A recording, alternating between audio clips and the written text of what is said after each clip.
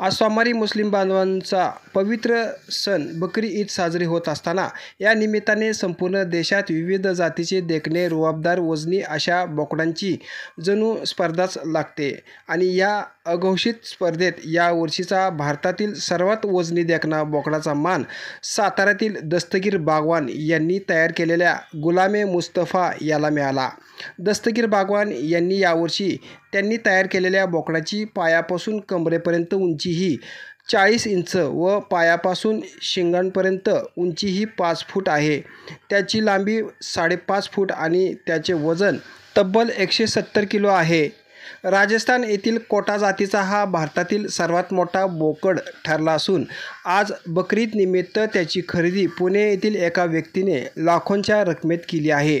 दस्तगीर बागवान यांना खूप आधीपासून या बोकडाची आवड, साधारण वर्ष दीड वर्षाचा एखादा चांगल्या जातीचा बोकड खरेदी करायचा, वर्षभर त्याचे मुलासारखे संगोपन करायचे, त्याला आवश्यक खुराक द्यायची। खुराक म्हणजे थोडीफार नाही तर रोज 2 लिटर दूध, सुका मेवा, हिरवी तरकारी, सफरचंद, मका, हरभरा, विविध प्रकारच्या डाळींचे मिश्रण ही त्याची रोजची खुराक आणि यासाठी दस्तगीर बागवान यांना रोज 4 ते 5 तास द्यावा लागायचा।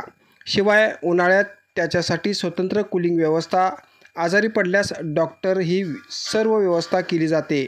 मागील वर्षी त्यांच्या बोकडाचे वजन 130 किलो होते।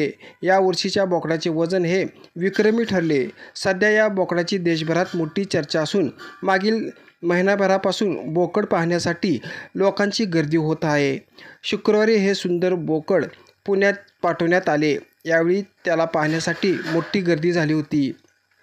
मोठ्या टेम्पोमधून बोकड पाठविताना दस्तगीर बागवान आणि त्यांच्या कुटुंबियांना मन भरून आले होते। या संदर्भात बोलताना दस्तगीर म्हणाले, वेगळं सांगायचं झालं तर आपला दरवर्षी मोठा बोकड असतोच।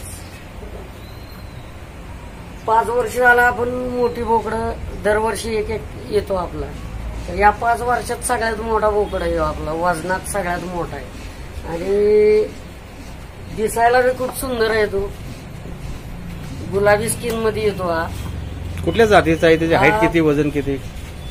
हा कोटा जातीचा आहे, राजस्थान मध्ये कोटा जातीचा आहे आणि याचं हाईट 40 इंच आहे हाईट आणि वजन याचं 170 किलो आहे। एकंदरीत हे असे इतके मोठे बोकडे करणे सोपी गोष्ट नाही। यासाठी वेगळी खुराकाची आवश्यकता असते। वर्षभर तुम्ही बोकडाचा सांभाळ करता, एकंदरीत त्याच्या खुराकामध्ये नेमकं काय काय इन्क्लूड असतं?